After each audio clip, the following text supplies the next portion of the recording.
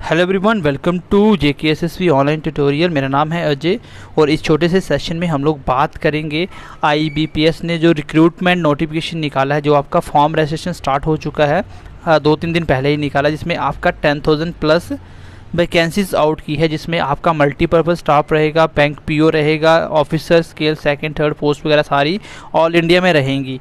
तो चलिए एक बार डिस्कस करते हैं इसके छोटे छोटे पॉइंट, और इसी वीडियो में आपको बताऊंगा कि पेपर कैसे होगा, किसके लिए क्वालिफिकेशन क्या चाहिए, एज कितनी होनी चाहिए, कितनी फ़ी लगेगी फॉर्म भरने में, कहाँ से तैयारी करनी है, लेवल कैसा होता है। तो बने रहिए वीडियो के लास्ट तक और ज़्यादा से ज़्यादा दोस्तों के साथ भी शेयर कीजिए। ठीक है, ये बहुत अच्छा मौका है बच्चों के लिए वैकेंसीज़ का। जिन बच्चों ने पहले ही तैयारी की हुई है उनके लिए भी अच्छा चांस है, जो नए बच्चे हैं उनके लिए भी बहुत अच्छा चांस है। तो टोटल जो वैकेंसीज आउट हुई है वो कितनी है देखिए, वो है आपकी 10386। ठीक है, जो कि 43 रूरल बैंक है अक्रॉस द इंडिया, पूरे इंडिया के अंदर। आगे देखिए यहाँ पे देखिए जो उसका IBPS जो प्री का पेपर होना सबका, वो क्या है 1 अगस्त, 7 अगस्त, 8, 14, 21 ये शिफ्ट बताए हैं। इतनी शिफ्ट में आपका एग्ज़ाम होगा। ठीक है, those who qualify in the prelims will called for the mains. जो बंदा इन प्री को क्वालिफाई करेगा वही मेंस के लिए एलिजिबल होगा। ठीक है, और 5 सितंबर IBPS क्लर्क मेंस। ठीक है, चलिए PO का मेंस होगा 25 सितंबर को, और क्लर्क का जो मेंस होगा वो 3 अक्टूबर 2021 में होगा। आगे देखिए यहाँ पे देखिए आपका जो नोटिफिकेशन IBPS नोटिफिकेशन डेट था 7 जून को। Starting date of IBPS RRB 2021 registration 8 June से स्टार्ट हो गई। उसके बाद देखिए लास्ट डेट IBPS रजिस्ट्रेशन का 26 जून को है। डाउनलोड वगैरह लेटर कब इसका डाउनलोड कर सकते हो, प्री कब है, एग्ज़ाम मेंस कब है, ये आप देख लेना। देखो यहाँ पे मैं वीडियो थोड़ा सा रोक रहा हूँ, आप यहाँ पे स्क्रीनशॉट लेके देख लेना पेपर कब होगा। ठीक है, चलिए आगे बढ़ते हैं हम लोग। ये कुछ वैकेंसीज हैं आपका। जो मल्टीपर्पज़ जो क्लर्क लेबर की पोस्ट है वो कितनी है, 5134 पोस्टें हैं। उसके बाद ऑफिसर स्केल 1 की हैं, फिर ऑफिसर स्केल 2 की हैं। ये मैनेजर पोस्ट के लिए, कुछ पोस्टों के लिए एक्सपीरियंस चाहिए 2-2 साल का, और सिर्फ आप बैंक PO और बैंक क्लर्क के लिए जो सिंपल आपको ग्रेजुएशन चाहिए। बाकी ये कुछ पोस्टें मेंशन की हुई हैं। ठीक है, यहाँ से आप देख लेना। आगे देखिए मैं बताता हूँ आपको। ये देखिए जो ऑफिसर असिस्टेंट है उसके लिए कोई एक्सपीरियंस नहीं चाहिए, सिंपल बैचलर डिग्री होनी चाहिए कोई भी।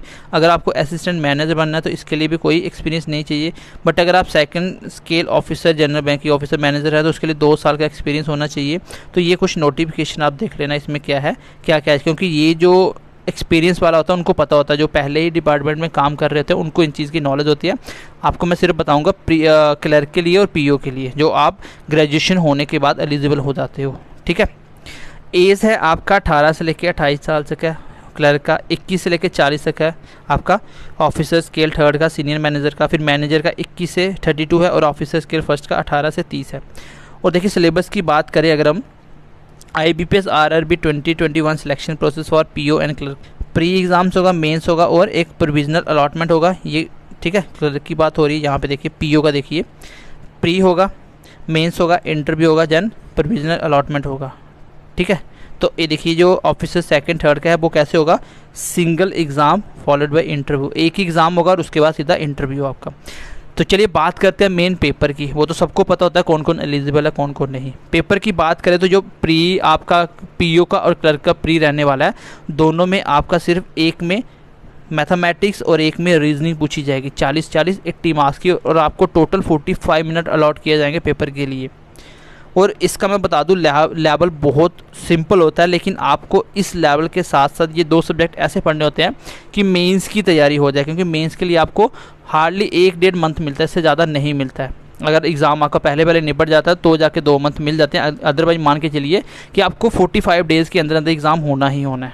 ठीक है, तो ये आपका सिलेबस है। आपको इसको मेंस के हिसाब से कैसे पढ़ना, कहाँ से पढ़ना, ये मैं आपको बताऊँगा वीडियो के लास्ट में। ठीक है, और मेंस तक की तैयारी हो जाएगी। और मेंस की बात करें आपकी, तो मेंस सबका PO का क्लर्क का सेम रहने वाला है, जिसमें आपका रीजनिंग सेक्शन पूछा जाएगा 40 नंबर का।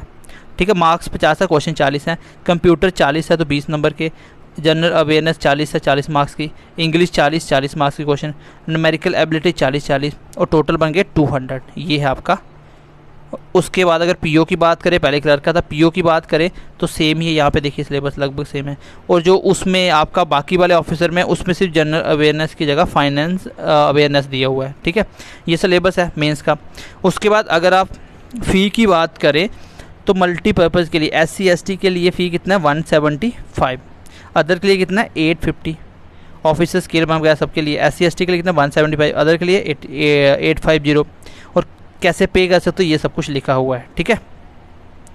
तो ये नोटिफिकेशन, अब तैयारी कैसे करें? तैयारी करने के लिए हम आपके लिए मैथ्स और रीजनिंग, आपने अगर सेंटर लेवल पे भी तैयारी करी है तो इस चीज़ की मैं गारंटी देता हूँ, अगर आप एक बार हमसे मैथ और रीजनिंग पढ़ लोगे ना तो आपको, अगर पहले भी पढ़ा होगा, आपको लगेगा कि हाँ कमी कहाँ थी, क्या क्या चीज़ पढ़ने को मिली। मतलब यहाँ पे पढ़ने के बाद आप ऑल इंडिया में कहीं से भी पढ़ लो, आपको सब कुछ पहले ही पता होगा। बस प्रैक्टिस आपको करनी है और हम आपको प्रैक्टिस मैक्सिमम करवाएंगे।